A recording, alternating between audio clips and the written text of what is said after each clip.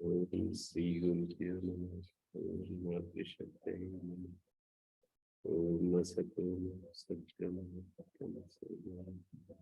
ज्योतिर्गमः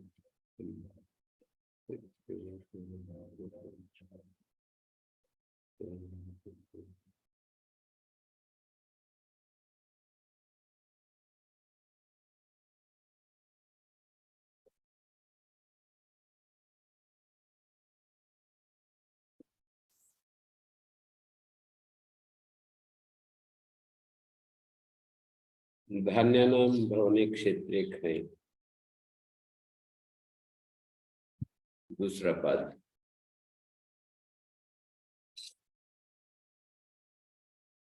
निर्देशादेव समर्थ विभक्ति।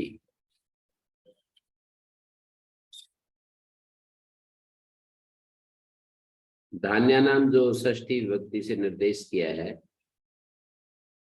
इससे समर्थ विभक्ति को हमें पकड़ना है।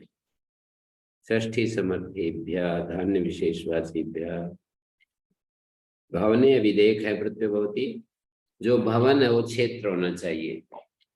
भवन में लुट प्रत्यय अधिकरण कारक में है। भवन्ति जायन्ते अस्मिन् इति भवन।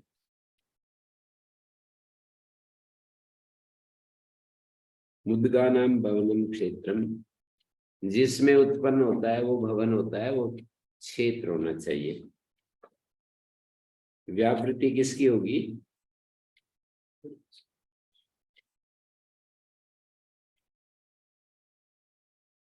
क्षेत्र ग्रहण से यहाँ भवन शब्द से सत्ता नहीं ली गई है। उत्पत्तिवाची भवन शब्द जो भू धातु ली है।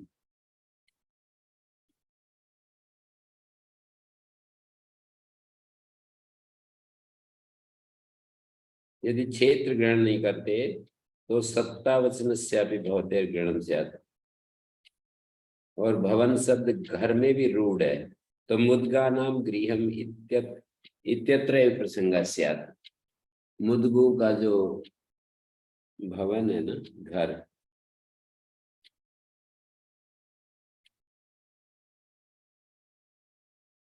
भवन का घर भी होता है रूढ़ी से।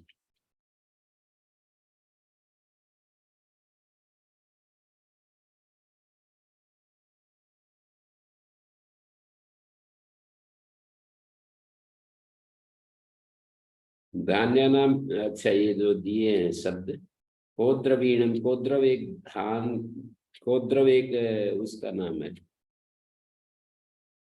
धान्य का नाम है। कुलत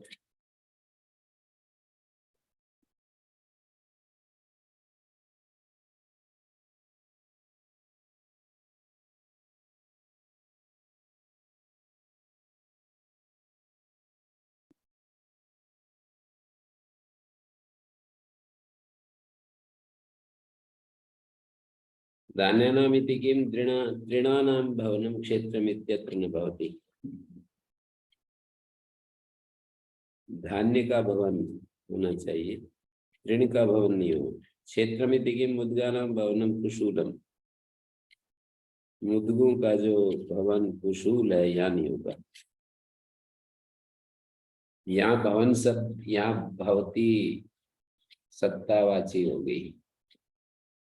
धान्यानाम भवनम क्षेत्रम, क्षेत्र ग्रहण नहीं करते तो धान्यानाम भवनम सत्तावाची भी ली जा सकती थी। धान्यानाम भवनम कुशूलम, यहाँ भी प्रत्यय होने लगता। धान्यानाम भवनम कुशूलम, यहाँ भी प्रत्यय होने लगता।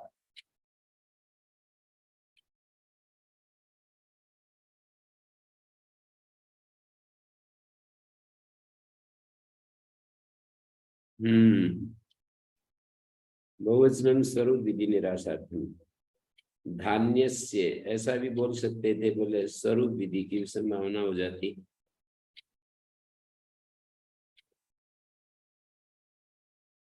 वैसे पद्मजीकार ने एक बात विचार की, मेरे मन में भी जो दिक्कत आई थी उसी पर विचार कर लिया इन्होंने। यदि तरी क्षेत्र ग्रहण अवश्यम कर्तव्य तदेव वस्तु भवन ग्रहण की क्या आवश्यकता है। धान्य नाम शेष लक्षण षष्ठी, क्षेत्र प्रत्यार्थ हो जाएगा। धान्य नाम क्षेत्रम। कोई कहेगी क्षेत्र शब्द भी तो कई शरीर के लिए प्रयुक्त होता है, कोई भार्या के लिए प्रयुक्त होता है।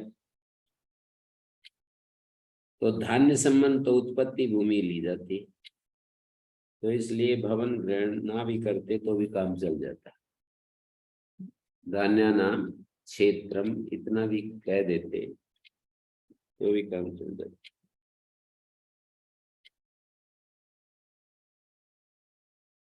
स्पष्टता के लिए भवनम कह दिया। फिर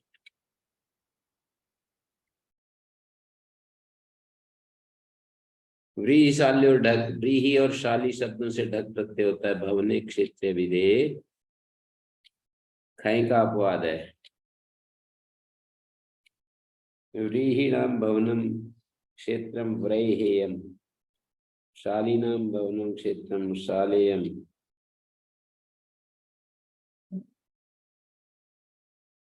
यव यवक षष्टि का अध्ययन।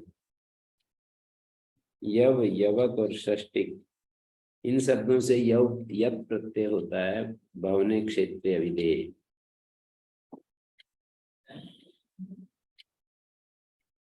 यवानाम भवनम क्षेत्रम यव्यम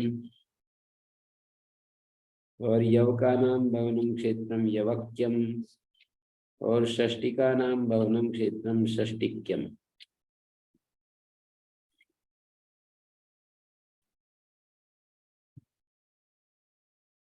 षष्टिक शब्द से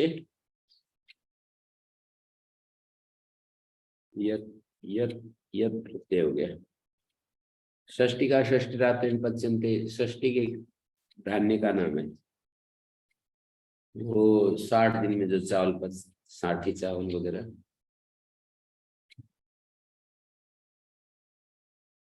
विभाषा तिल मास उमा भंगाणुभ्य तिल मास उमा भंगाणु इति दिव्य विभाषा यत् प्रत्यय भवति भवने क्षेत्रे अभिधेय।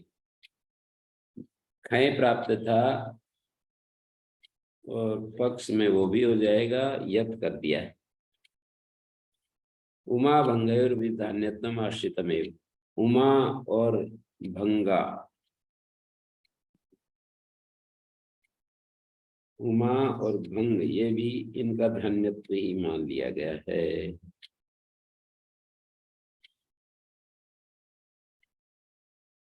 कोई ये यवादी शब्द पढ़े है ना, इसमें मंत्र में वेद में जो तिलाश्च में चमकाध्याय, एक चमकाध्याय होता है यजुर्वेद में। चमकाध्याय मानी चय में शब्द है जिस अध्याय में, चय में शब्द है अध्याय, अध्याय चय और मैं शब्द अध्याय में। ये वुन प्रत्यय इसी पाद का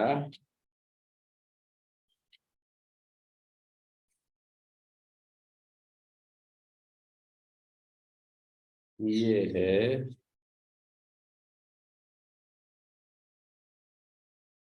मतोच्छा सूक्त सामनो। फिर इसके बाद है अध्याय लुक। तो इसमें जो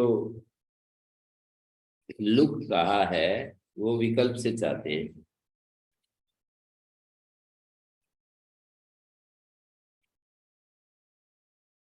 अध्याय और अनुवाक अर्थ में जो प्रत्यय होगा मत्वर्थ में 6 का लुक हो जाता है। अध्याय अनुवाक और अभिधेय विकल्प से होता है। सम का अध्याय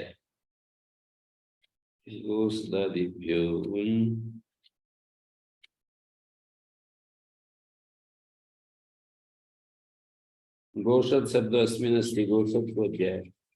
मेरे ख्याल में गोषदादिभ्यो ये वाला होगा। जय शब्द है जिस अध्याय में, उसको चमका अध्याय कहेंगे। 5वें अध्याय के दूसरे पाद का 62 नंबर गोषदादिभ्यो है।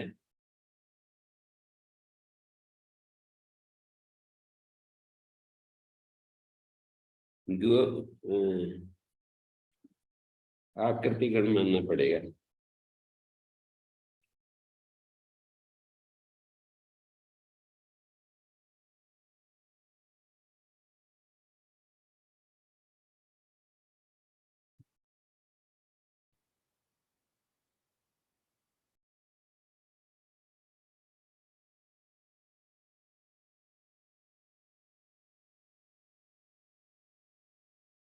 इसमें ना बहुत ज्यादा चय का प्रयोग है। चय मैं मानी मेरा, मेरे लिए। यवाश्च में तिल, यवाश्च में मुद्गाश्च में तिलाश्च में, ऐसे ऐसे करके मंत्र होते हैं। और यज्ञेन कल्पन्ताम, हर एक मंत्र के अंत में ही आता है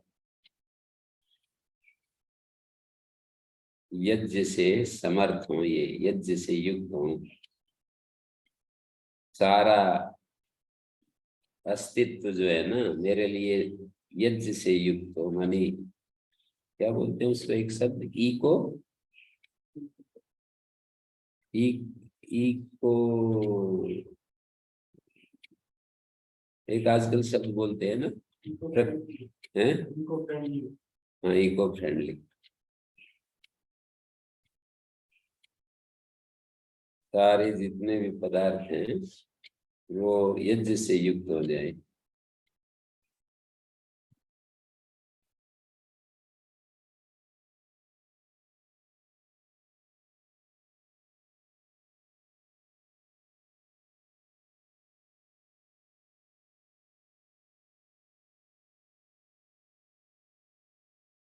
हाँ जी, तो उमा और बंगा, उसमें समकाध्याय में तो ये पढ़े नहीं है उमा बंगा, कहते फिर भी नहीं पढ़े, फिर भी धान्यत्व मान लिया गया है।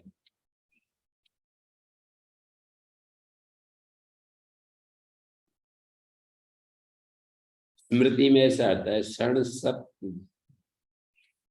सप्तदशम, क्षण सप्तदशम।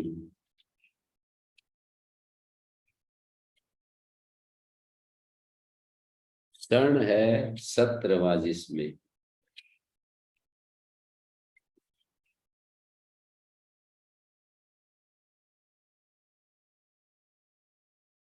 तो उमानाम अणुनाम भवनम के तिल्यम, तिलानाम माषाणाम उमानाम बंगानाम अणुनाम, मास्यम माशीनम उम्यम अवमीनम, खय होगा तो आदि को वृद्धि, भंग्यम भांगीनम अणव्यम, और गुण से गुण होकर बांध वृद्धि, आणवीनम, अणु जो है सरसों कहते हैं,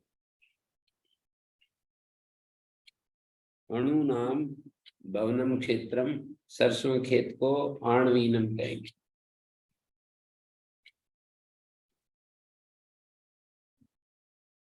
सर्व जर्मना कृता कथयो, सर्व जर्मन शब्दात तृतीय समर्थात, तृतीय समर्थात कृता इत्येतस्मिन् अर्थे कथयो प्रत्यय भवता।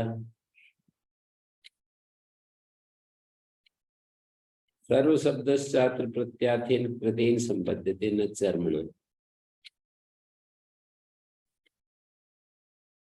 सर्व शब्द जो है यहाँ पर प्रत्यार्थ के साथ,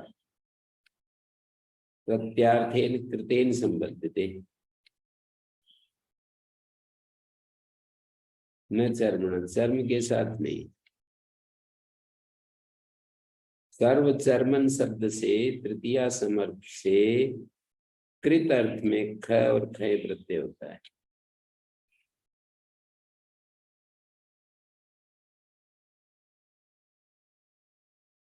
इसको क्या बोलते हैं, असमर्थ समास। क्या होता है असमर्थ समास,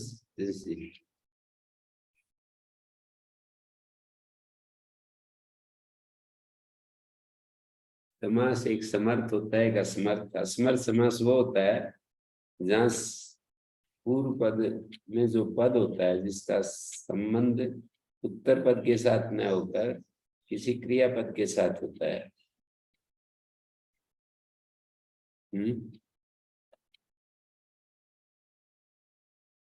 जैसे सर्व चर्मणा कृता कथयो सूत्र में सर्व शब्द का चर्म के साथ संबंध न होकर कृत के साथ संबंध है, तो अर्थ ये होगा चर्मणा सर्वाकृता, चाम का सारा बनाया गया जो है ना कोई चीज, चर्मणा सर्वाकृता, वो बनेगी।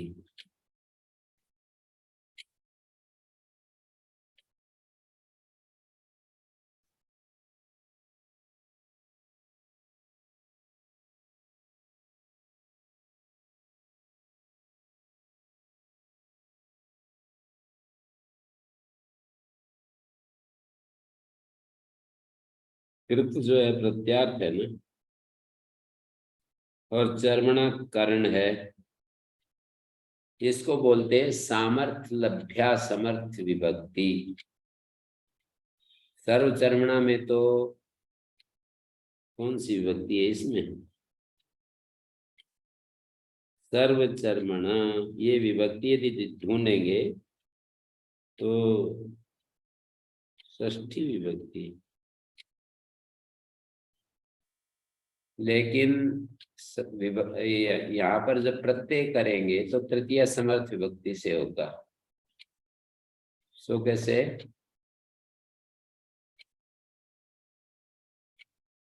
कृत जो प्रत्यार्थ है ना, इसके कारण से चर्म कर्ण बनेगा, और कर्ण में तृतीया होती है, तो इसको बोलते हैं सामर्थ्य लभ्या समर्थ विभक्ति।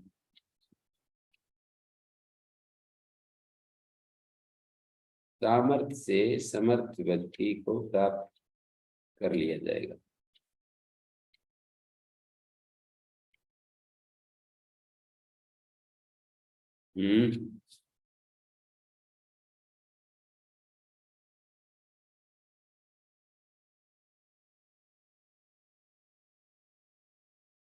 अच्छा, एक बात पूछ लेता हूँ, ध्यान में आ गई। यहाँ पर जैसे एक स्मृति वचन मैंने बोला था,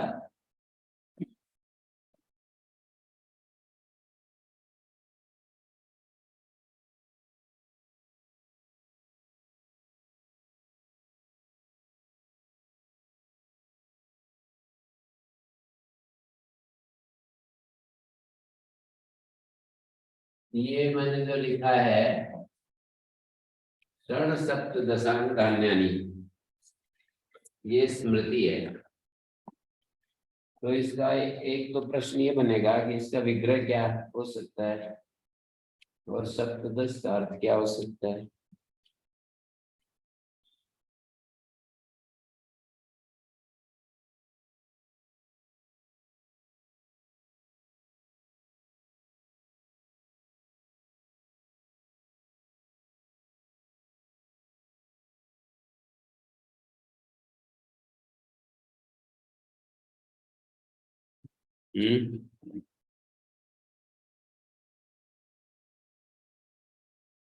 रुड़की वाले बच्चे बता सकते हैं?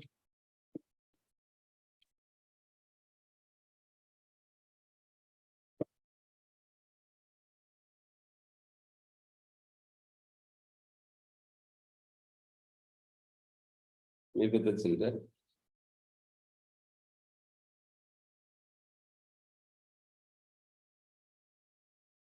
दो प्रश्न है ना, विग्रह क्या हो सकता है और सप्तदश का अर्थ क्या है। ऐसे जब संख्यावाची शब्द होते हैं, संख्यावाची शब्दों के दो प्रकार के अर्थ होते हैं, ऐसे कल्पना करनी चाहिए, दिमाग को ऐसे घुमाना चाहिए। तो उनमें से दो अर्थों में से कौन सा अर्थ है, बस इतनी बात है। एक तो सप्तदश का अर्थ 17 होता है, एक 17वां होता है।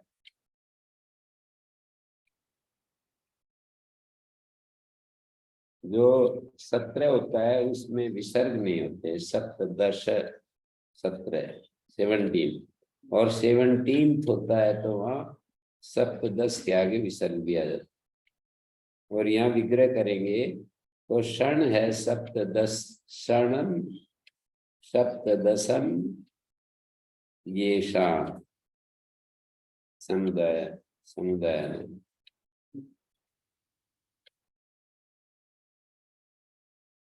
क्षण है 17वां जिन धान्य समुदायों का बहुवचन है, धान्य नाम है, अन्य पदार्थ।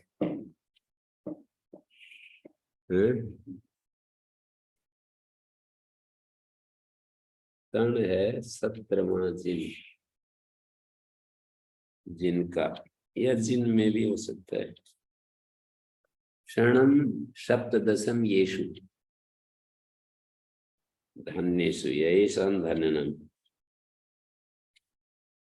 सामर्थ्य लभ्या तृतीया समर्थ व्यक्ति का उदाहरण पकड़ में आया।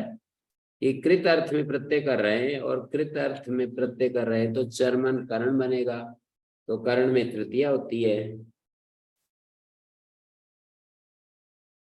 तत्र अयम असमर्थ समासो द्रष्टव्य, आपने आप ही बोल दिया,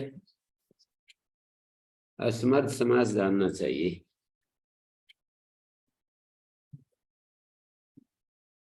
सर्व चर्मणा कृता मानी सर्व कृता के साथ जुड़ रहा है। इत्येतस्मिन् वाक्यार्थे वृत्ति, वृत्ति मानी तद्धित वृत्ति। सर्वचर्मिणा सार्वचर्मिणा, एक तो ख प्रत्यय हो गया और एक खय हो गया है।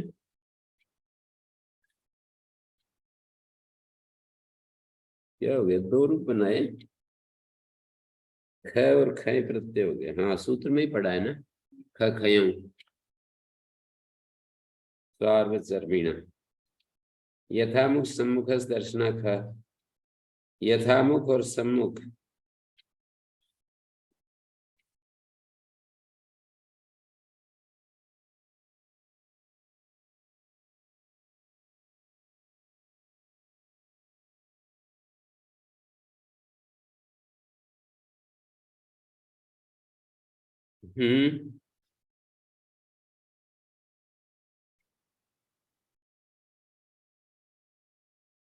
यथामुख और सम्मुख शब्द से षष्ठी समर्थ से निर्देश से ही समर्थ व्यक्ति ले लेंगे।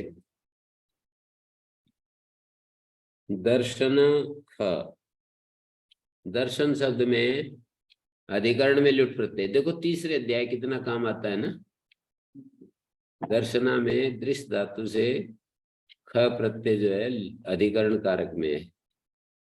दृश्यते अस्मिन् इति दर्शन, सारा जो है ना संस्कृत साहित्य इसी तरह से है। दृश्यते अस्मिन् इति दर्शन, कहीं दर्शन का अर्थ दर्शन मात्र, देखना मात्र होता है तो वहां भाव में होगा।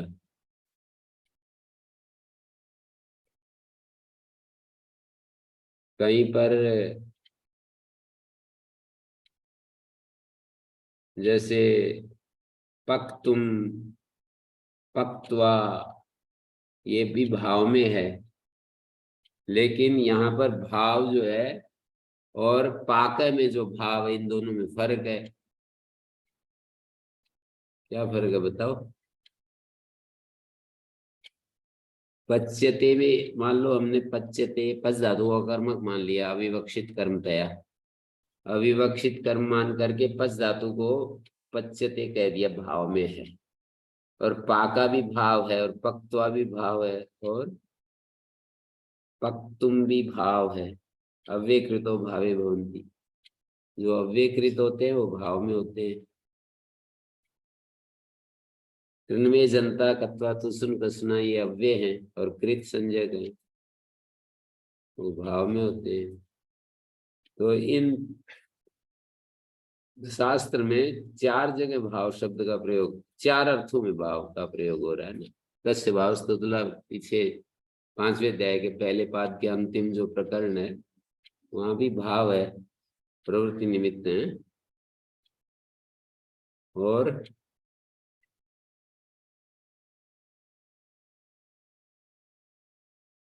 पच्यते, शय्यते, आस्यते, ये भी भाव है। पक्तुम, पक्त्वा, ये भी भाव है। पाक है, पचनम, ये भी भाव है। पाक है, पचनम, पक्ति, ये सब भाव एक ही तरह का है। तस्य भाव स्तुतलो भाव प्रवृत्ति निमित्त है। बस रह गया पच्यते, पक्तुम, पक्त्वा, इन तीन उदाहरणों में जो भाव होगा वो एक तरह का है लगभग। पाक है, पक्ति, पचनम में जो भाव है या स्त्रियां तीन प्रकरण में जैसे सिद्ध गोरादि निश्चित विदादि अंग होता है, पचा पचा अंग प्रत्यय होगा, वो भी भाव पक्ति पचनम पाक है जैसा ही है। क्रिया है, कृत्य है, वहां पर उस प्रकरण में क्रिया सहच है, भाव में स प्रत्यय होता है और यत प्रत्यय होता है, क्रिया सहच है। तो ये सब जो भाव होता है वो पाक है, पक्ति पचनम वाला ही है। लेकिन इन दो उदाहरण जो मैंने कहा, तुमुन और कत्वा, पक्तुम और पक्त्वा, ये जो भाव है ये साध्य रूप भाव ही है। जैसे पच्यते में साध्य रूप भाव कहा जाता है, तो धात्वर्थ से अन्य जो सिद्ध रूप भाव है उसको कहने के लिए पाका पक्ति पचनम है। धात्वर्थ से अन्य, धात्वर्थ की ही एक और अगली जो उसका जो अगला प्रोडक्ट है वो सिद्ध रूप भाव है। पाक है पक्ति पचनम, धात्वर्थ का ही सिद्ध रूप जो भाव। और पच्यते में तो ते जो है वो धात्वर्थ मात्र को ही कह रहा है, साध्य रूप को ही कह रहा है। पक्त्वा में भी, पक्तुम में भी वो वैसा नहीं है। कृत अभितो भाव द्रव्यवत भवती नहीं है पक्त्वा पचनम।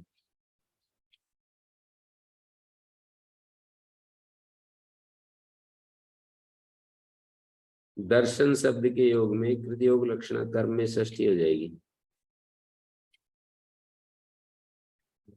दृश्यते अस्मिन दर्शन आदर्श आदि प्रतिबिंब आश्रय, प्रतिबिंब का जो आश्रय होता है ना, एक बिंब होता है, एक प्रतिबिंब होता है, एक प्रतिबिंब का आश्रय होता है, तीन चीज होती है। जैसे मैं दर्पण के सामने खड़ा हूंगा तो मैं तो बिंब स्थानीय हो गया, दर्पण में जो दिखाई दे रहा है वो प्रतिबिंब है और दर्पण प्रतिबिंब का आश्रय है, प्रतिबिंब का आश्रय है। निपातनाथ सादृश्य अव्ययीभाव, निपातन से सादृश्य अर्थ में अव्ययीभाव है।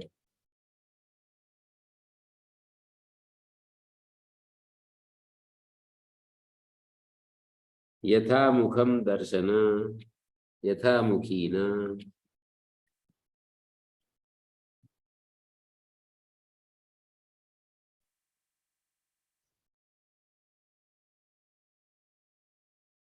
यथा मुखम दर्शन यथा मुखी न, सर्वस्य मुखस्य दर्शन सम्मुखी न।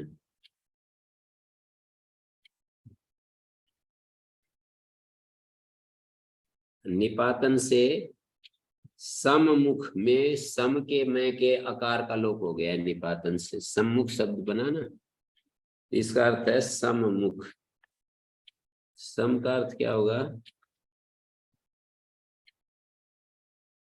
सर्वाधिगण में सम शब्द भी आता है, तो सम का अर्थ सर्व ही होता है। सम का अर्थ बराबर भी होता है, समय देशे यजेत, सम भूमि में यजन करना चाहिए, लेकिन सम का अर्थ सर्व भी होता है। समम मुखम माने सम्मुख, निपातन से अंतलो सम्मुख से दर्शन, संपूर्ण मुख को दिखाने वाला, सारा मुख जिसमें दिखाई देता है ऐसा दर्पण। दर्शन अर्थ में ख प्रत्यय होता है ना दर्पण को कहने के लिए, तो सम्मुखी ना दर्पण, कैसा दर्पण? जिसमें सारा मुख दिखे।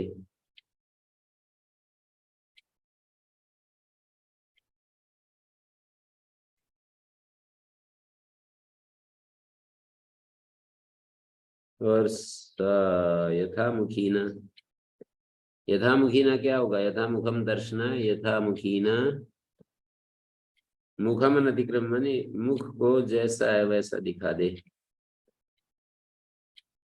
ये जो दर्शन है ना, केवल दर्पण ही नहीं, ऐसी कोई चीज जैसे मान लो आज चमकता हुआ कोई थाली वगैरह है वो भी हो जाएगा।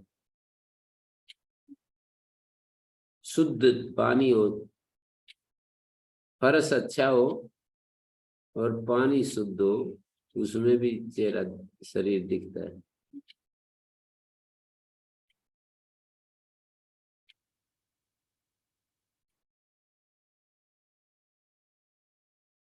यथा मुखीना में अव्ययी भाव समास यथा सादृश्य।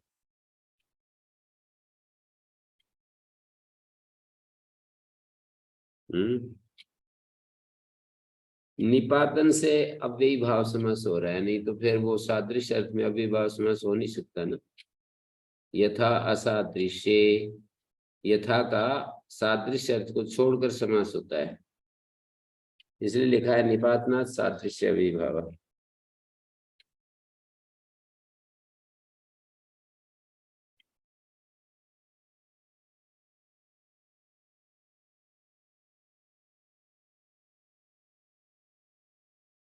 ठीक है ना।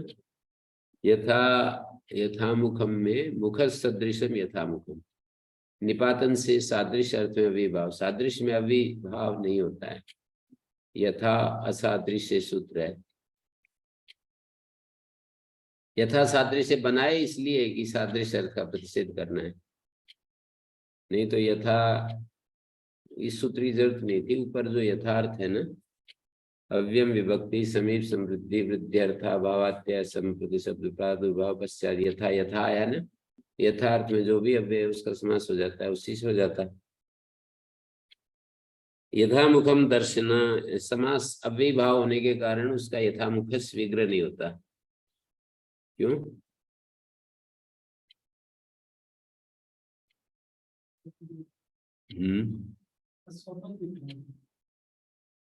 नहीं, यथामुखम विग्रह होता है, यथामुखस्य दर्शन नहीं कह सकते। या सम्मुखस्य दर्शन कह सकते हैं, यथामुखस्य दर्शन नहीं कह सकते, यथामुखम दर्शन कहना पड़ेगा। क्यों?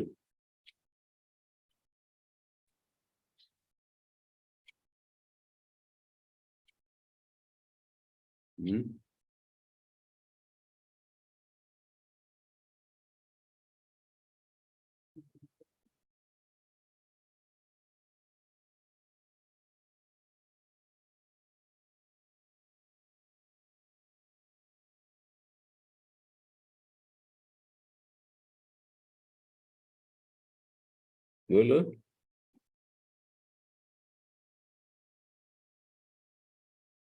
हाँ जी, रुड़की वाले बच्चे बताओ, यथा मुखम ही क्यों कहते हैं, यथा मुखस्य क्यों नहीं कहते? गुरुजी अव्ययी भाव समास होने से।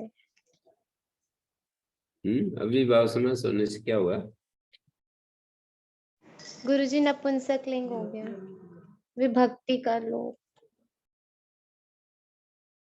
विभक्ति का लोप हो गया तो फिर तो मुखम कैसे बनेगा? विभक्ति लुक नहीं बोलना चाहिए, यूं कहना चाहिए नाभि भावाद तो मत पंचम्या, अकारांत भाव से उत्तर विभक्ति लुक नहीं होता, अम हो जाता है। विभक्ति लुक होता तो यथामुख शब्द बनता है, यथामुखम नहीं बनता। हाँ जी।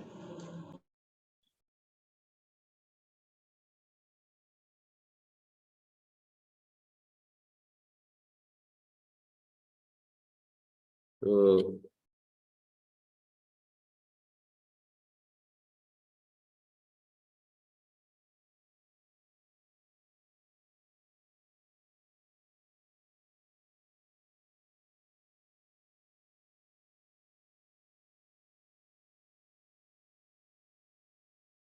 आगे तत्सर्वादे पथ्यं कर्म पत्र पात्र व्याप्नोति, तदि समर्थ विभक्ति व्याप्नोति इति प्रत्यार्थ परिशिष्टम प्रकृति विशेषण। ये द्वितीय समर्थ विभक्ति है तत्, और व्याप्नोति प्रत्यार्थ है। तत् जो है नपुंसक लिंग में द्वितीय का एक वचन है, व्याप्नोति प्रत्यार्थ है, और बाकी बच गया सर्वादे पथ्यं कर्म पत्र पात्रम। सर्वादि शब्द का अर्थ होगा सर्वादि में जिसके पथि अंग कर्म पत्र पात्र इत्यवंतात परिशिष्टम प्रकृति विशेषणम। ऐसे दिया है। परिशिष्ट मानी केवल पथ्यंग कर्म पत्र पात्र तो मिलेगा नहीं ना, सर्वादि भी हो और केवल भी हो, ऐसा कैसे होगा? केवलानाम पथ्यादीनाम सर्वादित्व संभवात, केवल पथ्यादि हो तो सर्वादि भी बनेगा। प्रातिपदिक रबितई तदंत विधि।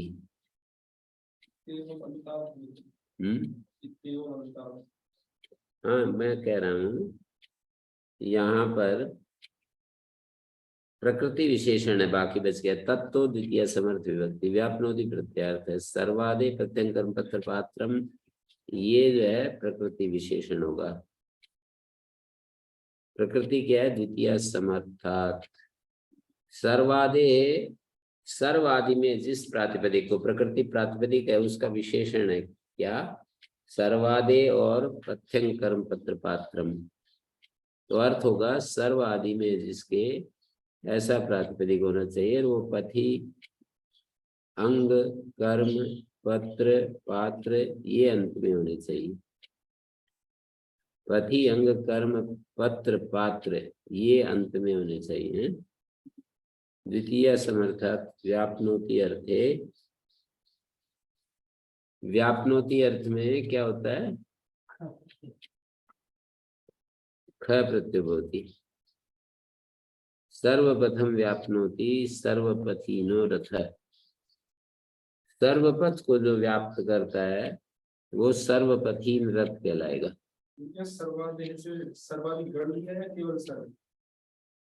नहीं, ये लिए सर्व आदि में जिनके ऐसा पथि कर्म अंग इत्यादि अंत वाला, मतलब केवल सर्वादि में रहती है। केवल सर्व, सर्व आदि में जिसके और अंत में क्या होना चाहिए ये भी तो देखो। सर्व आदि वाला होना चाहिए और पथि अंत वाला, अंग अंत वाला, कर्म अंत वाला, पत्र अंत वाला, पात्र अंत वाला द्वितीय समर्थ प्रातिपदिक होना चाहिए। उस द्वितीय समर्थ प्रातिपदिक को व्यापनोति अर्थ में प्रत्यय हो जाएगा क्या?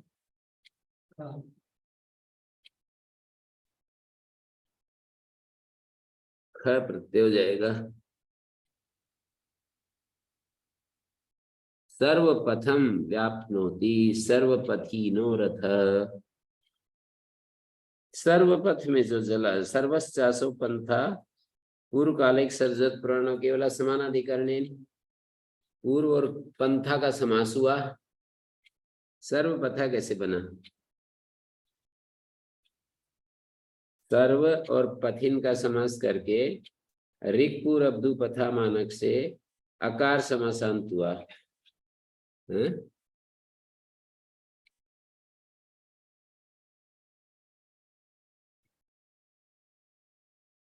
ठीक है, अकार समासांत करेंगे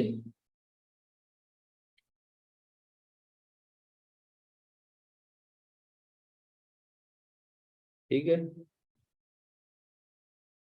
ऋक पूरब्दु पथा मानक से सूत्र है ना, अकार समासांत करता है। ऋक पू अप धू कठिन शब्द से समासांत अकार होता है।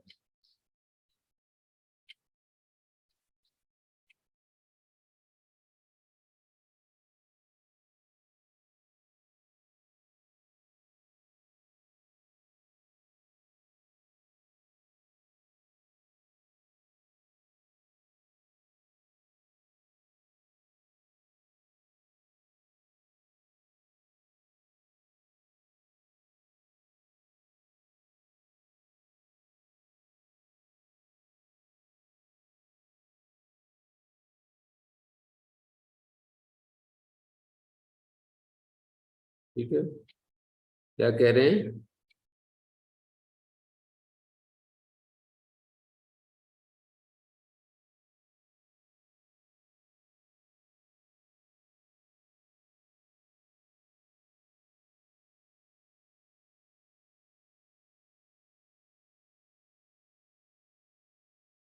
सर्वपदम व्याप्नोति सर्वपथिनो रथ सर्वांगीण स्थाप।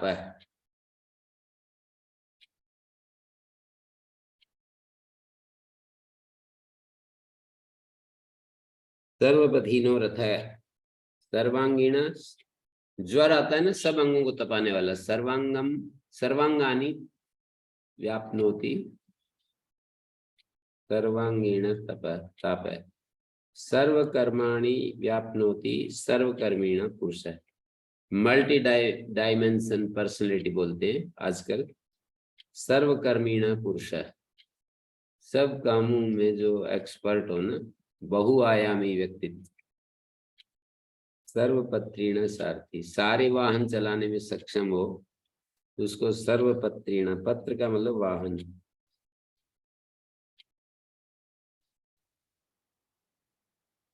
सारथी। हिंदी में सारथी दीर्घिकार बोलते हैं क्या?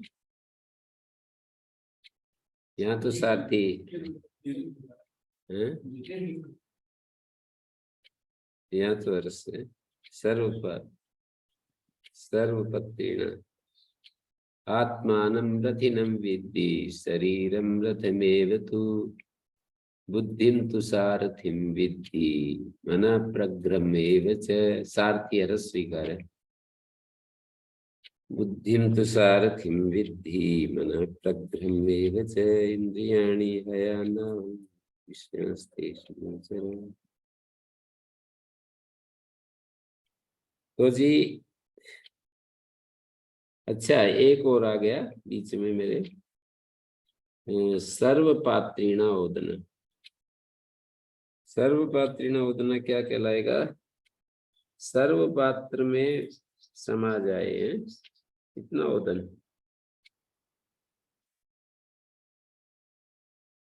सर्वपात्रम व्याप्नोति,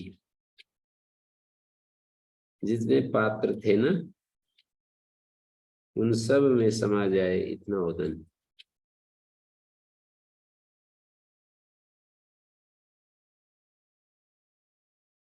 बाकी तो ठीक ही है, सर्वपथीनो रथा, यहाँ पर समासांत आकार प्रत्यय हो रहा है।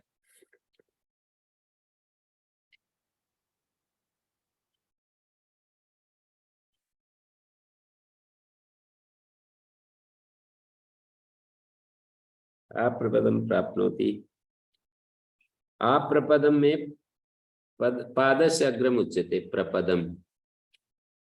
प्र जो है ना, प्रपद का मतलब पादस्य अग्रम, प्र शब्द प्रारंभ को कह रहा है, पाद का जो प्रारंभ है उसको प्रपद कहते हैं।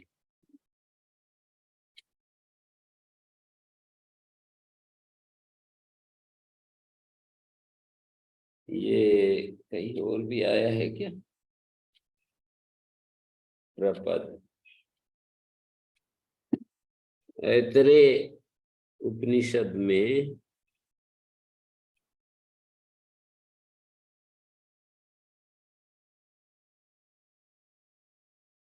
ऐतरेय उपनिषद में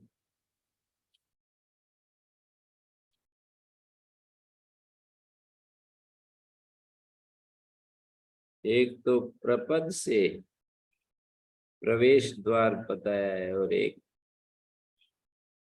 सहस्रार से, कुछ ऐसा है क्या?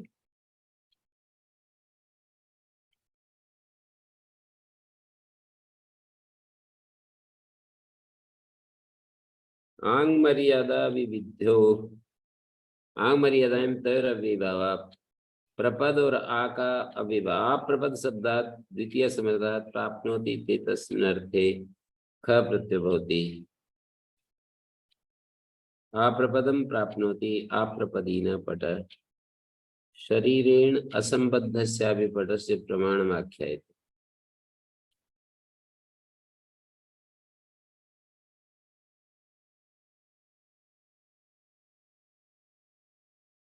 ये जो है ना उसमें रखा है दुकान में, शरीर से अभी उसका संबंध नहीं है, फिर भी उसका प्रमाण बताया है कि आप्रपदीन, आप्रपदीन पट है, मतलब इससे इसका पूरा चोगा सही बनेगा।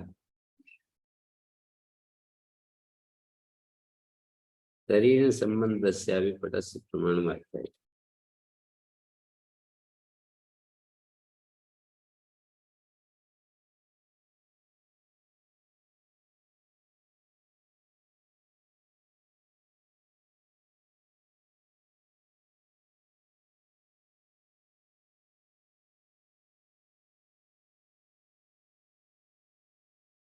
प्राग्रम शब्द भी आता है, क्या अर्थ होता है प्राग्रम? अग्रस्य,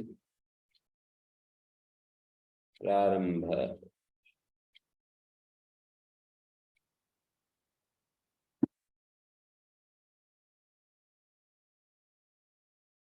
अप्रपदम प्राप्नोति अप्रपदीना पट। आ का प्रपद शब्द के साथ अव्ययी भाव समास कर दिया। प्रपदम पादस्य अग्रम, प्रपदम और आंग मर्यादा में है तो आप प्रपदम बन गया। जैसे हम कहें आ कुमारम यशा पाणिने, कुमार पर्यंत पाणिनि का यश फैला हुआ है छोटे छोटे बच्चों तक, तो ऐसे ही आप प्रपदम।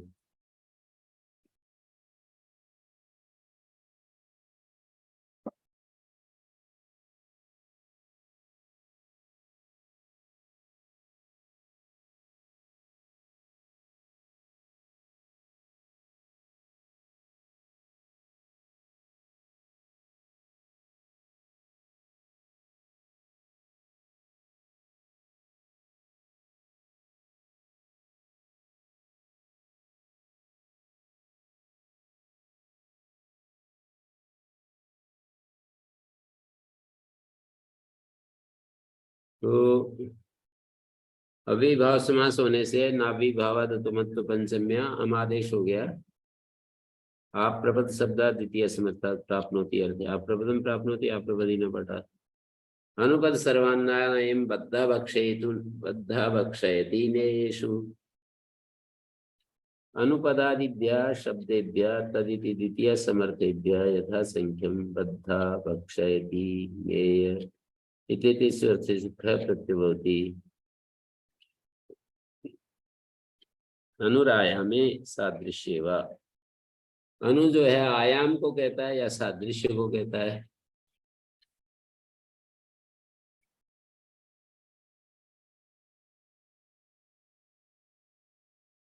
अनुपदम बद्धा उपानत, बद्धा शब्द उपानत के साथ, स्त्रीलिंग कोई शब्द है ना उसके साथ जुड़ा हुआ है, उपानत होता है ना पैर के। अनुपदम बद्धा उपानत अनुपदीना पद प्रमाणा, पाद के अर्थ में पद शब्द है, पद प्रमाण पादक प्रमाण, पैर के प्रमाण का की जूती या जूता।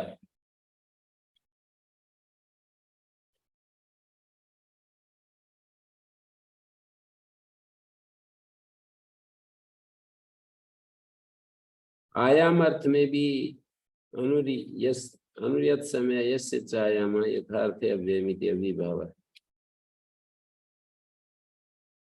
या तो यथार्थ में अव्यय मान करके अविभाव समास करेंगे, यस्य चायाम से अविभाव समास करेंगे। अनुयस्य आयाम वाची, अनु जिसके आयाम को बताए, तो चाहे सादृश्य में करो या आयाम में करो, बात तो एक ही निकलेगी, तुल्य परिमाणतया। अनुपदम बद्धा उपानत अनुपदीना यानी पद प्रमाण। और फिर है सर्वान्न शब्द का भक्षयति अर्थ में, सर्वान्नानि भक्षयति सर्वान्नीनो भिक्षु। सर्व शब्द के दो अर्थ होते हैं, एक प्रकार कार्सन्य, एक होता है अवयव कार्सन्य। जैसे तद्धितस्सा सर्व विभक्ति सूत्र में असर्व विभक्ति में जो सर्व शब्द आया ना वो अवयव कार्सन्य वाला है, प्रकार कार्सन्य नहीं है।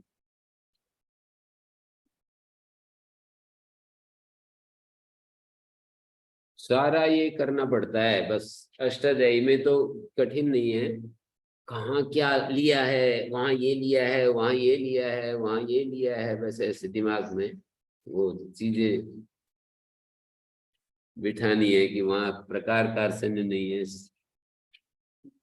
अवयव कार्सन्य है, इसके दो अर्थ होते हैं, ऐसे दिमाग को वो रखना होता है अटेंटिव। जैसे उधर कार्सन्य उधर भी होता है, विभाषा साथी कार्सन्य 5वें अध्याय के 4थे पाद में साथी प्रत्यय विकल्प से होता है कार्सन्य। वहां भी कार्सन्य शब्द का प्रयोग है।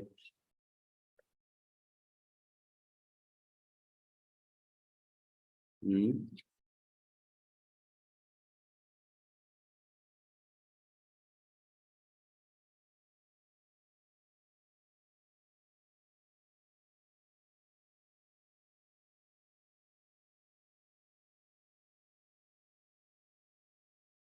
5, 4, 52।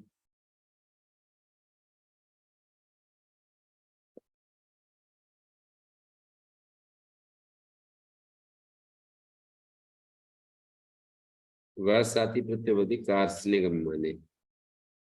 यदि प्रकृति कृत्स्नाम विकारताम आपद्यते अग्निसात भवति।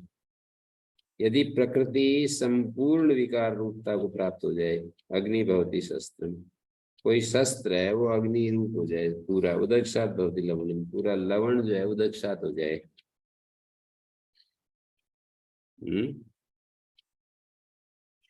उदकी भवति लवणम उदकशात भवति। कार्सनेतिक में एक देशे पटा शुक्ल भवति वर्षा ग्रहणम स्वे प्राप्तम। स्वी का प्रापक है विभाषा ग्रहण, प्रत्यय विकल्पस्तु महाविभाषा विशिष्ट।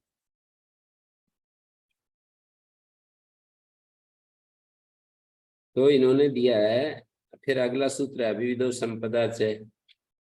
अभिविधिगमान विभाग श्री के विषय में साथी प्रत्यय और संपदा योग में चकारात्मक योगे। अभिविधि और कार्सन्य में क्या भेद है? जहाँ एक देश से भी सर्वा प्रकृति विकारम आपद्यते स्वाभिविधि। अस्यायाम सेनायाम उत्पादेन सर्वम शस्त्रम, सर्व शब्द का प्रयोग हुआ ना। अस्याम सेनायाम उत्पादेन सर्वम शस्त्रम अग्निसात संपद्यते। वर्षासु सर्वम लवणम उदकसात संपद्यते। कार्सन्यम तो सर्वात्मना द्रव्य स्वीकार रूपापत्तम। पहला वाला जो सर्वम है, अस्याम सेनायाम उत्पादेन सर्वम शस्त्रम अग्निसात संपद्यते, यहाँ पर जो सर्व शब्द है ये प्रकार कार्सन्य है। और वर्षासु सर्वम उदकसात संपद्यते, कार्सन्य क्या चीज है? ये तो अभिविधि हुई। और कार्सन सर्वात्मा द्रव्य स्वीकार रूपापत्तो, ये अवयव कार्सन्य। कार्सन्यम तो सर्वात्मना द्रव्य स्वीकार रूपापत्तो, ये अवयवकार। जहाँ एक भी द्रव्य का सर्वात्मना विकार रूपापत्ति न कश्चित अवयवा परिहाप्यते, इसको बोलते हैं अवयव कार्सन्य। और प्रकार कार्सन्य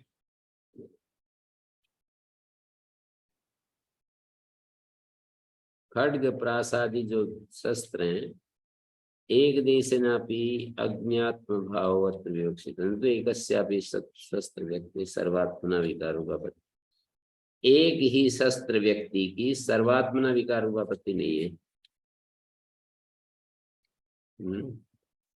अभिविधि और कार्सन्य, इन दो शब्दों को प्रयोग करके प्रकारांतर से प्रकार कार्सन्य और विकार अवयव कार्सन्य को ही समझाया है।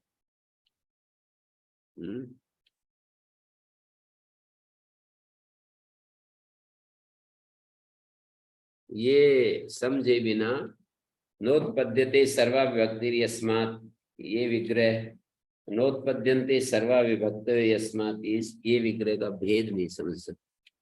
प्रकार कार्सन्य अवयव कार्सन्य को समझे बिना नोत्पद्यते सर्वा विभक्ति, क्वेश्चन में विग्रह नोत्पद्यते सर्वा विभक्ति यस्मात् और नोत्पद्यन्ते सर्वा विभक्तयो यस्मात्, इन दोनों में क्या फर्क है? विग्रह में नोत्पद्यन्ते सर्वा विभक्तयो यस्मात्, इसमें नहीं पता चलेगा। प्रकार कार्सन्य अवयव क्या है? अवयव कार्सन्य, प्रकार कार्सन्य, इसको समझने से ये गुत्थी सुलझ जाती है। अभी भी दो संपदाचे और क्या है, विभाषाति कार्सने में अभिविधि और कार्सने की में क्या भेद है, ये गुत्थी भी सुलझ जाती है। और ये हाँ भी सर्वान्नीनो भिक्षु वाली गुत्थी भी सुलझ जाती है। सर्वम अन्नम भक्षयति इति सर्वान्नीनो भिक्षु।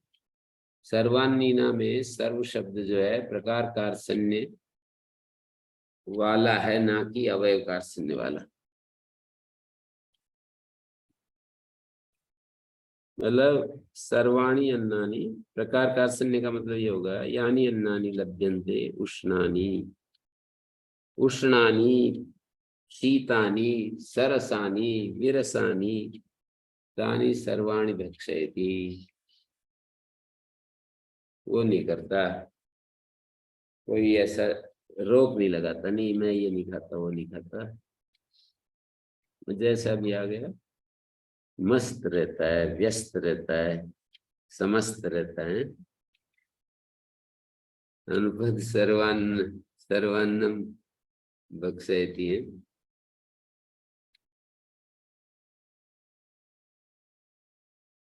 सर्वान्नम भक्षयति सर्वान्नीनो भिक्षु। एक तीसरा उदाहरण है अयानयम नया, ये जुआ खेलते थे जो, उससे संबंधित उदाहरण है। अया प्रदक्षिण को कहते हैं, अनया प्रसव्य को कहते हैं। दाहिने से जाने को अया और बाएं से जाने को अनया कहते हैं। तो प्रदक्षिण और प्रसव्यगामी जो सार होते थे, गोटे जुआ खेलने के साधन, प्रदक्षिण और प्रसव्यगामी जो सार होते थे, यस्मिन पर सारी, जिस स्थान में जाकर पर सारी दूसरे के गोटे हम हमारे इसको सार को मार नहीं सकते, किसी एक स्थान में चला जाए तो मार नहीं सकते। मैंने ये लेख लिखा है इसके ऊपर, वहाँ साधना पथ में थोड़ा आध्यात्मिक उसको वो दे दिया है, आध्यात्मिक मोड़ देते हुए कि जैसे व्याकरण में ऐसे होता है एक स्थान नहीं मार सकते हैं कोई, ऐसे ही हमारा कोई एक सुरक्षित स्थान है जहाँ जाने के बाद कोई भी दुनियादारी का प्रभाव नहीं होता। तो प्रदक्षिण प्रसव्यगामी जो सारे होते हैं उनका यस्मिन स्थाने पर सारे, दूसरे के जो सार हैं उनका पर सारी पदा नाम असमावेशा, दूसरे के जो सार हैं पदा नाम असमावेशा, जो पद हैं उनका असमावेश, पदा नाम असमावेश, स्थान अपर परिणाम असमावेश नाक्रमण। पर द्युतकार संबंधी भी पदा नाम स्थान अपर पर्यायण, स्थान अपर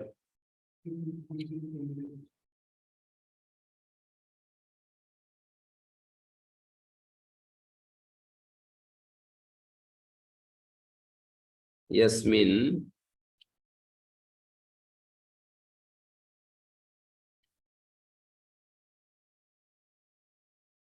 मतलब इस प्रकार की चाल चलने वाले जो प्रदक्षिण और प्रसव्यगामी जो सार है ना, उनका यस्मिन स्थाने प्रदक्षिण प्रसव्य गमनात्मक गति विशेष सती, यस्मिन प्रदक्षिण और प्रसव्य गमनात्मक गति विशेष के होने पर परई पर सारई विपक्ष भूतई सारया समावेशा अनध्यासनम अनाक्रमणम, जहां जाकर के दूसरे के सारे आक्रमण नहीं करते उसके ऊपर। एक ऐसा स्थान है, चंगे खेलने का भी, चंगे खेले नहीं खेले, और वो भूर खेलिए, भूर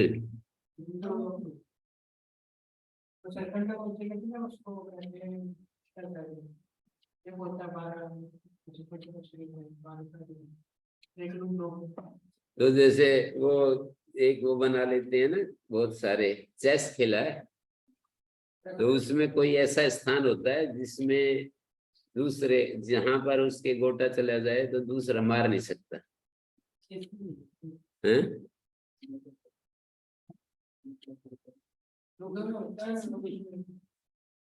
होता है। अच्छा,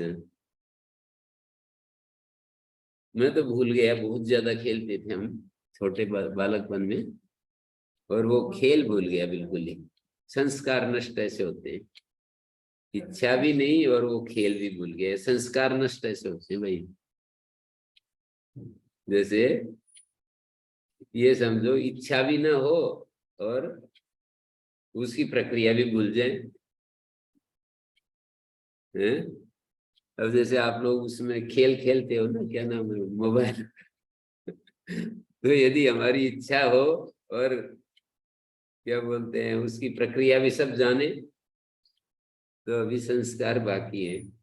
रोकना पड़ रहा है तो भी संस्कार बाकी है। इच्छा होती है और हम ब्रेक लगा रहे हैं, समझा रहे हैं अपने मन को कि भाई गुरुजी नहीं चाहते हैं तो मत खेलो, क्यों क्यों खेलना, जो गुरुजी चाहते ही नहीं, क्या ये जरूरी है, ऐसे ऐसे सुझाव दे करके हैं जब अपने को रोकते हैं, तो अभी संस्कार बाकी है। और एकदम सहज हो जाए, पता ही नहीं, हम जैसे मेरे को ना कोई ले जा करके वहां ताश खेलना भी खेलते थे हम, पर वो संस्कार ही खत्म हो गए। कार्ड्स खेलते थे और संस्कार ही खत्म हो गए, मतलब खेलना भी नहीं जानते, खेलने की इच्छा भी नहीं। जो कितने अच्छी अच्छी बात आती है व्याकरण में बीच बीच में। तो ये जो है मेरे को तो आते थे ये सब, पर अभी तो उसकी प्रक्रिया भूल गया। बस नाम नाम कोई एक आधा बच्चा है, कुछ करते तो थे ऐसे ऐसे ऐसे ऐसे। अब उसका थोड़ा एक संस्कार बचा गया। ऐसा कुछ स्थान होता था जहां दूसरा चलता तो वो मरता नहीं था, और बीच में यदि रखा हो तो मर जाता था। एक सुरक्षित स्थान पर तो मरता नहीं, और बीच में कहीं हो तो फिर मर जाता था वो। तो उन्होंने कहा है ना अपने कबीर जी ने कि चक्की चल रही है दो पार्टों के रूप में, ये चक्की दुनिया की चक्की चल रही है। वही जिंदे रहते हैं जो उस किल्ली के पास कहीं, बाकी तो इधर उधर कहीं होंगे तो पिस जाएंगे। भगवान के नजदीक जो, या गुरु के नजदीक, या किसी बड़े आदर्श, बड़े, जैसे ऋषिराज जी ने अपना संस्कार मुक्त होना है मुझे, बिल्कुल ऐसा लक्ष्य बनाया उन्होंने। अभी मिले थे तो ऐसे कह रहे थे कि पूरा संस्कार वो नहीं है, दग्ध नहीं हुए हैं, मुझे जीवन में पूरी ताकत लगा देनी है, पूरे मन को, अपनी सारी ऊर्जा को इसके ऊपर लगा देना है कि संस्कार मुक्त हो जाऊं मैं, सब प्रकार के संस्कारों से मुक्त हो जाऊं। तो ऐसे जो वो लक्ष्य बना लिया ना उन्होंने, ऐसे ही कोई भगवान, कोई कुछ बनाता है, तो वो तो पिसते नहीं, बाकी तो पिसते ही रहते हैं, बड़ा बुरी तरह से ऐसे डले जाते हैं। मतलब हेल्पलेस हो जाते हैं, बिल्कुल युक्ति नहीं आती। कल मैं इनको बता रहा था कि पाठ पढ़ते समय या कभी कभी दूसरे पाठ पढ़ते समय ज्यादा मेरे को तो मौका मिलता है देखने का, कभी कभी ऐसे हो जाते हैं पढ़ने वाले कि बहुत ही उनकी स्थिति बहुत ही शोचनीय हो जाती है, पढ़ाने वाले को भी दिक्कत होने लगती है? कि ये मतलब कुछ रेस्पॉन्स नहीं देते, बिल्कुल ऐसे सुम दुम और बिल्कुल ऐसा। तो मैं बोल रहा कि आप लोग बिल्कुल हिंसा नहीं करना चाहते गुरु जी की, लेकिन हेल्पलेस हो जाते हो, युक्ति नहीं आती, हैंडल करना नहीं आता है कि करें तो करें कैसे।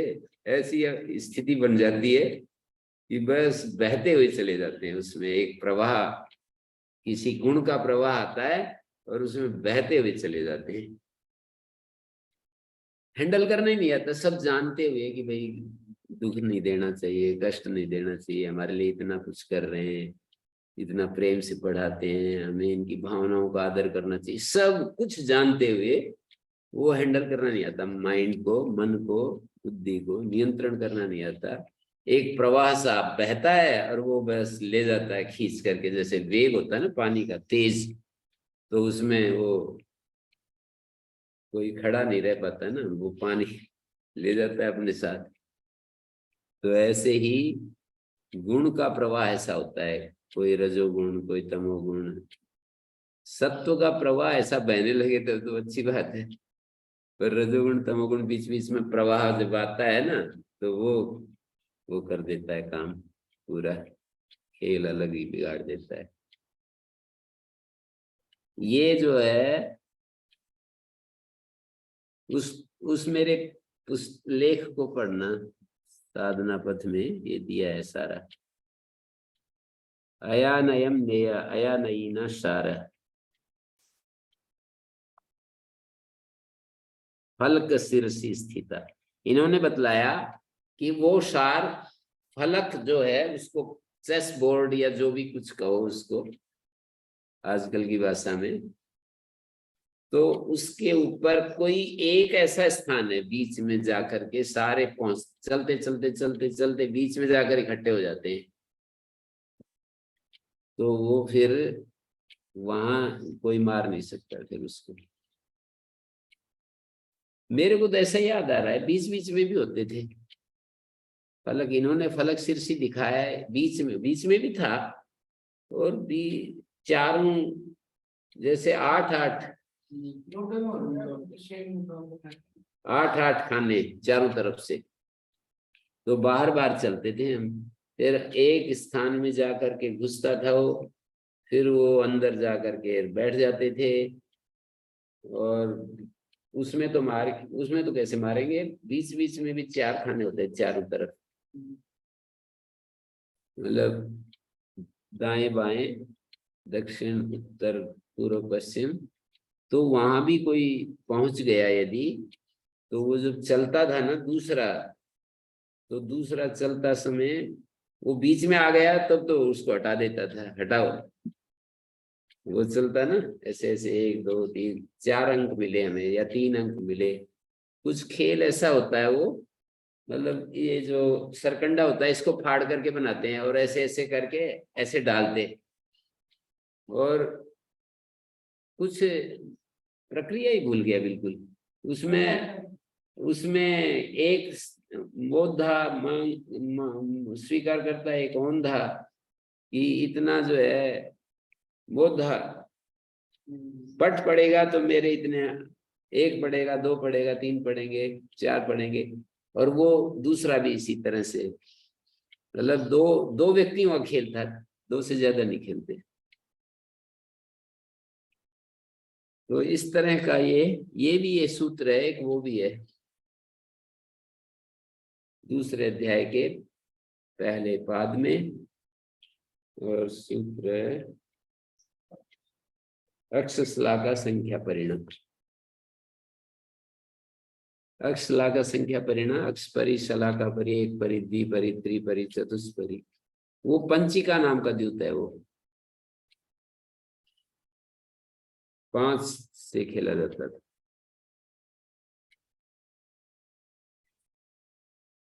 प्रदक्षिणा प्रत्यगामिनाम आत्मीयानाम साराणाम संबंधिनी यानी पदानि तानि परकीयै सारैर्नाक्रम्यन्ते यस्मिन् गतिवि विशेषे सो अयन है। एक ससहायस्य सारस्य परैर्नाक्रम्यते पदम, ससहायस्य असहायस्तु सारेण परकीयेण बाध्यते। परकीय सार हो और वो असहाय हो, उसकी दुर्गति हो जाएगी, और ससहाय हो, कोई दूसरा हमारा सहायक हो, तो फिर परकीय सार। इसको मैंने आध्यात्मिक रूप में थोड़ा इसको कोशिश की है कि मतलब यहाँ तो कुछ अलग बात है, कुछ कुछ वाक्यों को लेकर के मैंने आध्यात्मिक उसके साथ वैसे जोड़ दिया है काल्पनिक रूप से, कि जैसे वहां होता है वैसे ही जीवन में भी होता है। तो जैसे जीवन में असहाय हो हम, तो दूसरी परिस्थितियां, दूसरे लोग, दूसरी घटनाएं हमें प्रभावित करती हैं। यदि ससहाय हो, कोई सहाय हमारा हो, तो फिर वो बाधित नहीं होते हम परिस्थितियों से, घटनाओं से।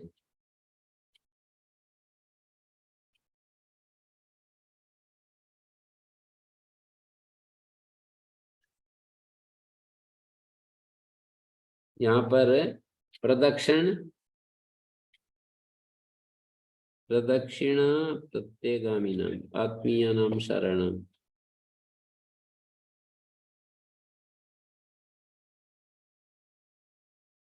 यानी पदानी तानी पर की इशारे नाक्रम्यन, पर जिसमें आक्रमण नहीं होता दूसरे के, उसमें फलक शीर्षि स्थित अयानयम नेया इति अयानयिन। अयानयम, अय और अनय, इन दोनों का नेया अयानयिन सारा। अय और अनय दो चीज होती है ना, प्रदक्षिण और प्रसव्य। जिस स्थान विशेष में, यस्मिन शब्द जो है ना, यस्मिन गति विशेषे सती, यस्मिन गति विशेष, यस्मिन शब्द आया है यहाँ पर, यस्मिन गति विशेषे सती पर सारई पदानाम असमावेशा। पदानाम मानी यहाँ पर पदानाम असमावेशा, पर परई द्यूतकार संबंधी भी पदानाम स्थान अपर पर्यायणाम, पदानाम स्थान अपर पर्यायणाम अनाक्रमणम अनध्यासनम। पदानाम शब्द यहाँ पर बहुवचनांत किसके लिए है, तो इसको हम ऐसे समझेंगे, पदानाम मानी दूसरे के जो परई विपक्ष भूत सारई असमावेश। पद यहाँ पर वैसे तो स्थान को कहते हैं, तो पदानाम स्थान अपर पर्यायणाम, स्थान का ही दूसरा नाम पद है, उनका स्थान से संबद्ध जो सार है उसका समावेश। एवं रूपो या नयो यदा ससहायी सारी पदानि अधिष्ठीयन्ते तदा वेदितव्य। ससहायानामेव शरणं पदानि परैर् न शक्यन्ते अध्यासितुम्, असहायानां तो शक्यं। ससहाय सारे होना, अब ये खेल जो है ना पूरा हमारे उसमें नहीं है, संज्ञान में नहीं है, इसलिए शब्द जो है ना पूरे खुलते नहीं। यदि वो खेल हो ना संज्ञान में तो बहुत ही इजी है सूत्र, नहीं तो कठिन हो रहा है।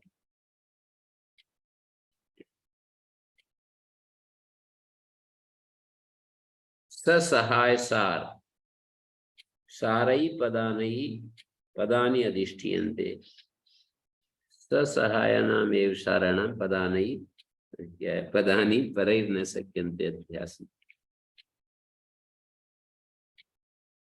परोवर परम्पर पुत्र पौत्र अनुभवती, परोवर परम परम्पर और पुत्र पौत्र अनुभवती अर्थ में द्वितीय समर्थों से ख प्रत्यय होता है। परोवर इति परस्त्वम प्रत्यय संयोगे निपाते।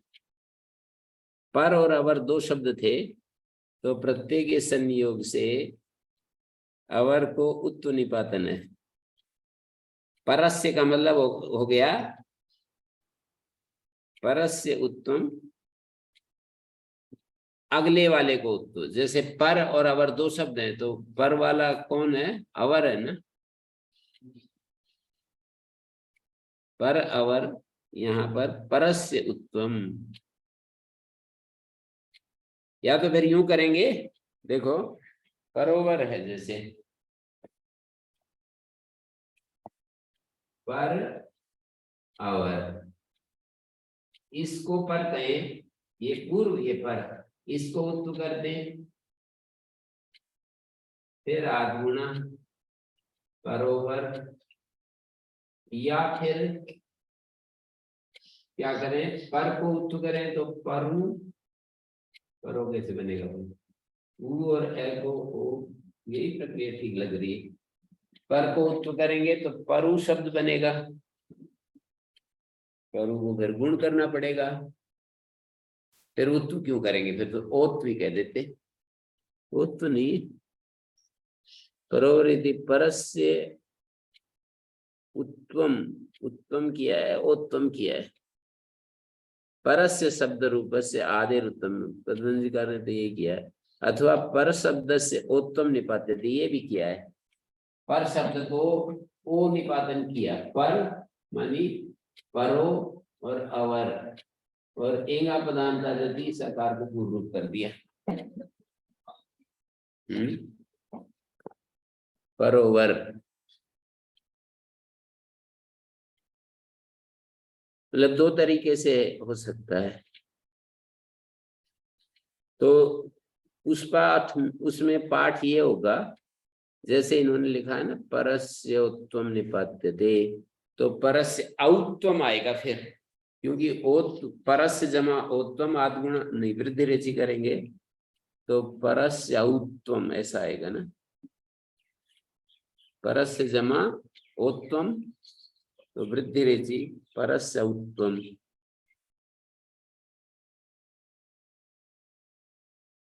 निपात्यते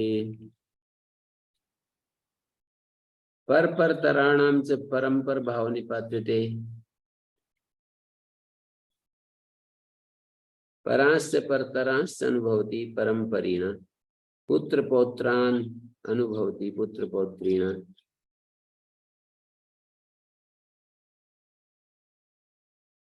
पर तराणाम से परंपर भाव निपात्यते, पर और परतर को परंपर, परांश परतरांश अनुभवति परंपरीण, और पुत्र पौत्रान अनुभवति पुत्र पौत्रीण। परंपर शब्दों बिना विप्रतिम दृश्यते, बिना प्रत्यय के भी दिखाई देता है। मंत्री परंपरा, मंत्रम विनती, मंत्री परंपरा, मंत्रियों की जो परंपरा है, मैंने बहुत सारे मंत्रीगण हो, मंत्रणा में कई सारे मंत्री मिले हुए हों तो मंत्र टूट ही जाएगा। दो ही के बीच में तो रह सकता है, तीन के बीच में ऐसे प्रचलित है कि तीन के बीच में कोई बात चली गई तो फिर कोई ना कोई कह ही देगा किसी न किसी को, अपने आप वो कहता रहेगा कि देख भाई किसी को बताना नहीं है, मैं केवल तेरे को बता रहा हूँ, किसी को बताना नहीं है। फिर उनमें से आगे वो कह देगा देख भाई किसी को बताना नहीं, वैसे ऐसे पता चला है, वो आगे किसी को कह देगा, फिर वो कह देगा देख भाई मैं, और कितने सारे हो जाएंगे ऐसे खटाखट। ये कहते हुए आगे देख बताना नहीं है, बिल्कुल भी कहीं लीक नहीं होना चाहिए।